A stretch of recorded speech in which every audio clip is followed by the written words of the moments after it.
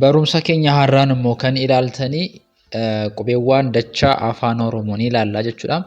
Qubeewwan dachaa afaan Oromoo yeroo baay'ee dachaa waan ta'aniif nu rakkisu waan ta'eef har'a kan ilaallu ta'a jechuudha. Maaliif isaan yeroo baay'ee isin rakkisu dubbisa keessatti ni yeroo dhufanii baay'ee nama rakkisu. Maaliif akka warra kaanii miti. Qubee lama ta'anii garuu akka qubee tokkotti warra dubbifamanidha. Kanaaf qubeewwan dachaa afaan Oromoo shanan isaanii amma dhumaatti viidiyoo kana ilaaltanii shanan isaanii sirriitti adda baastu. Abaacaadhaa adda baastanii qubee dachaa adda baasuu rakkattu taanaan isin rakkisa taanaan dubbisa keessatti yeroo dhufanii isin rakkisu taanaan har'a viidiyoo kana amma dhuma ilaaltanii beekuu dandeessu jechuudha. Kanaaf viidiyoo kana laayik gochuudhaan jalqabaa. Viidiyoo chaanaalii kanaaf immoo haaraa warra taatanii chaanaalii kana sabiskiraayib gochuudhaan maatii ta'uun barumsa adda addaa isinii qaqqaba jechuudha. Akkasumas namoonni karaa keessoon afaan Oromoo, Amaaraffaa, Ingiliffaa, Herreegaa dabalatee warra barachuu barbaadan bilbilli keenya viidiyoo kana jala jira. Viidiyoo kana jala jiruun bilbiltanii galmooftanii barumsa keessan sirriitti barachuu hordofuu dandeessu jechuudha. Karaa barumsa keenyatti deemnaa jechuudha. Barumsa keenya irraa akkuma isinitti mee duraan qubee dachaadha. Qubee dachaa meeqadha? 5. Amma asirratti kan ilaaltanii qubee dachaa 3.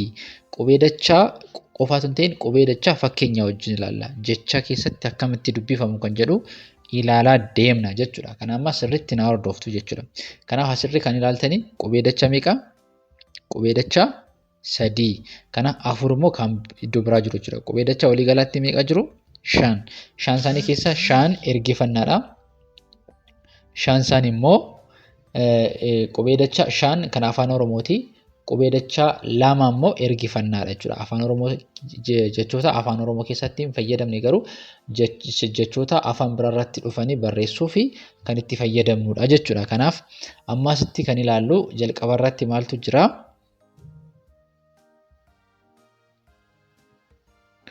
Jalqabarra maaltu jira? Caa fi haa.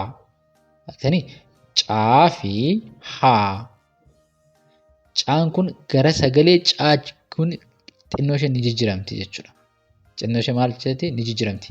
Caa asii haadha. Caa fi haa yoomiyyuu taanaan wal duukaa dhufaninnaan cha jettee ni dubbistu. Cha. Caa fi haan walitti ca. Ca inni ture gara cha. Cha jennee dubbisna jechuudha. Cha. Sirriitti qabadhaa. Sagalee caa miti. Maal jenna? Cha. Yoomiyyuu taanaan jalqabaa irraas gidduus dhumarratti isaa dhufani. Jecha keessatti caa fi haa wal duukaa dhufaninnaan cha jettanii dubbistu. Cha. Kanaafi cha jenna jechuudha. As immoo daa fi haa wal duukaa dhufaninnaan daa fi haa wal duukaa dhufaninnaan asii kana gara maalitti jijjiirama? Dhaa. Dhaa jenna jechuudha. Dhaa jenna jechuudha. Dhaa. Daa fi haa dhaa jennee dubbisa. As immoo naa fi yaa nyaa. Iski nyaa jedhame nyaa jennee dubbisa. Kanaaf amma maal jennee kana xiqqaa isin maal jennee chaa. Kanaa dhaa asii nyaa. Kanaaf jecha keessatti immoo yeroo dhufanii akkamitti dubbifamuu danda'u kan jedhu ni ilaalla. Asii maal jennee caa fi haa maal jennee askii chaa. Maaliif asii chaa dubbachisuun waan taateef chaa. Simmoo qubee maaltu jira? Paa jira. Chaappaa jennee dubbisna. Chaappaa. Asii immoo caa fi hammas chaa jennee dubbisna. Chaayinaa.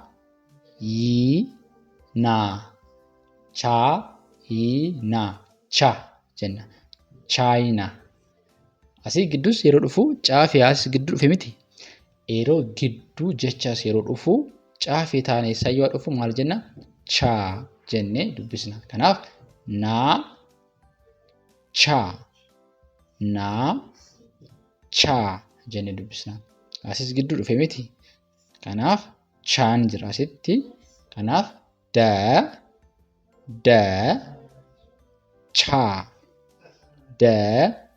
chaa jenna jechuudha. Asii daa fi haa maal jennee iski yaadattu? Daa fi haa. Kanaaf deddeebitanii maal gochuu qabdu jechuudha? Jechuu qabdu. Maaliif? Qabachuuf. Dhaa jenne. Dhaa jenne jechuudha. Dhaa. Kanaaf daa fi haa dhaa jenna. Asii daa fi haa jalqaba irratti dhufeera. Dhaa jenna. Haa tokko waan taateef sagalee qabaa. Dhagaa.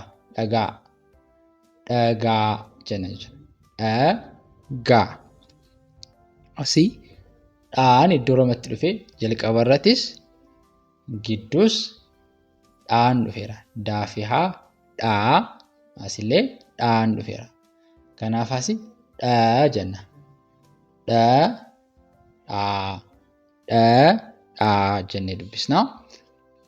Asii immoo jalqaba irratti dhufee jira. Dubbachistuun dha miti.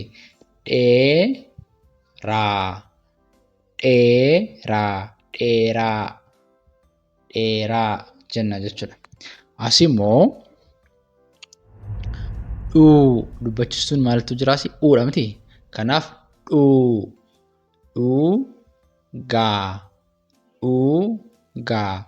dhugaa jenna jechuudha. Asii naa fi yaa. Naa fi yaa maal jennee sila? Nyaa jenne. Kanaaf naa fi yaa nyaa. Asii nyaata jenna jechuudha. Nyaata. Asiis naa fi yaa jalqaba irratti dhufee jira. Nyaa jennee dubbisna.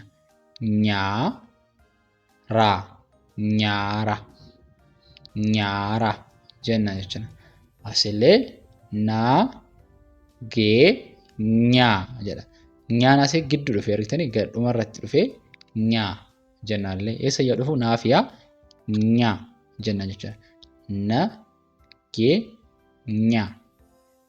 Nyaa deddeebi'aa jedha ishee nyaa. Asillee asii nyaallee dhuma irratti asis dhufeera. Nyaa jedha. Kanaaf aanas kana dubbisu. Jalqaba irratti maal jennee? Chaapa.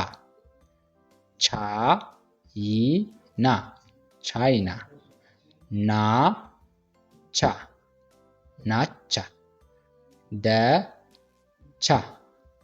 Dacha. Dhagaa. Dhadhaa. Dheeraa. Dhugaa. Nyaata. Nyaara.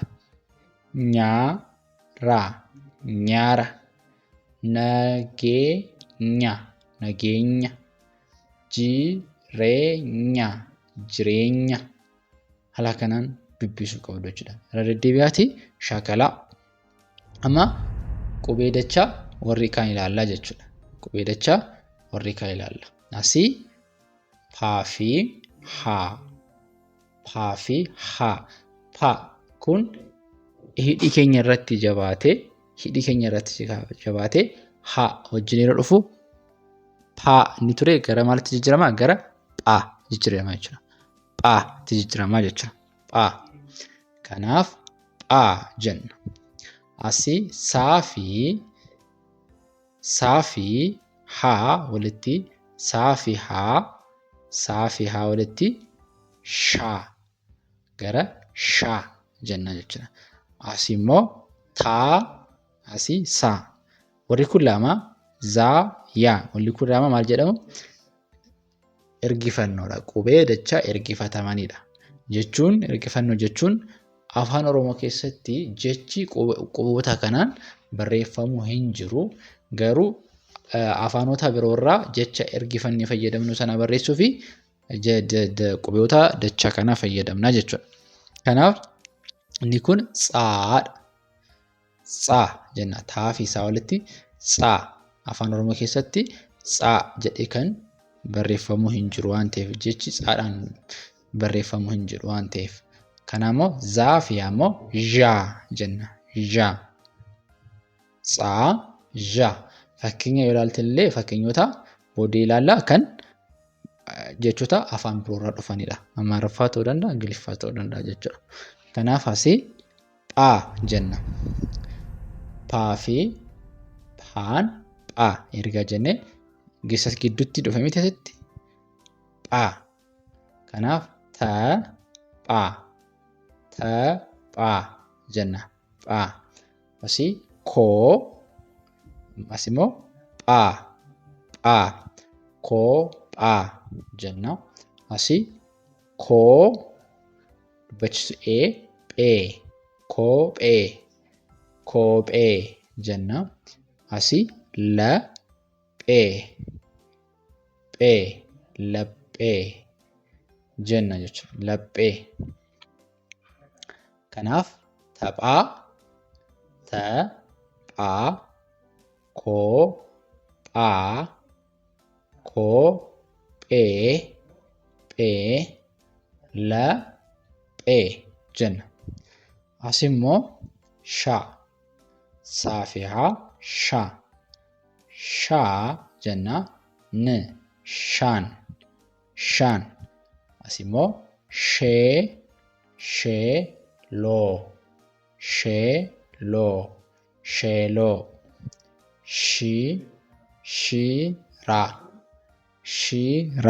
Shira.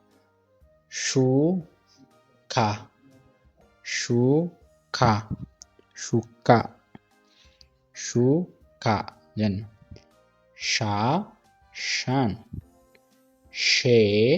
Sheeloo. Shira.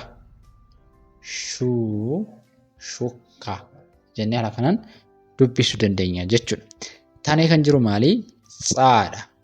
Ergifannaa fakkeenya isaanii jechoota Amaariffaa keessaa fudhatamanidha jechuudha.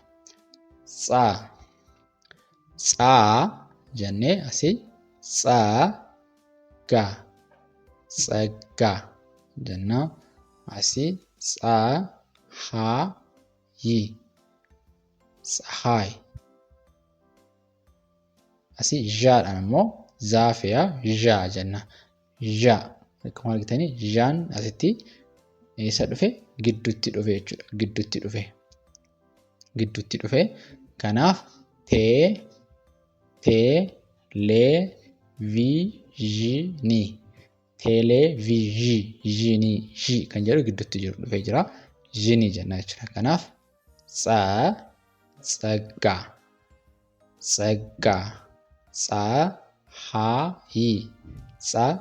Tsahaay.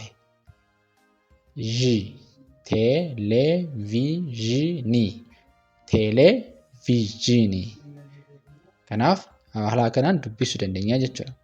Kanaaf asii maal jennee? Chaa fi chaa. Asii daa fi dhaa. Naa fi nyaa. Asii phaa fi phaa. Saa fi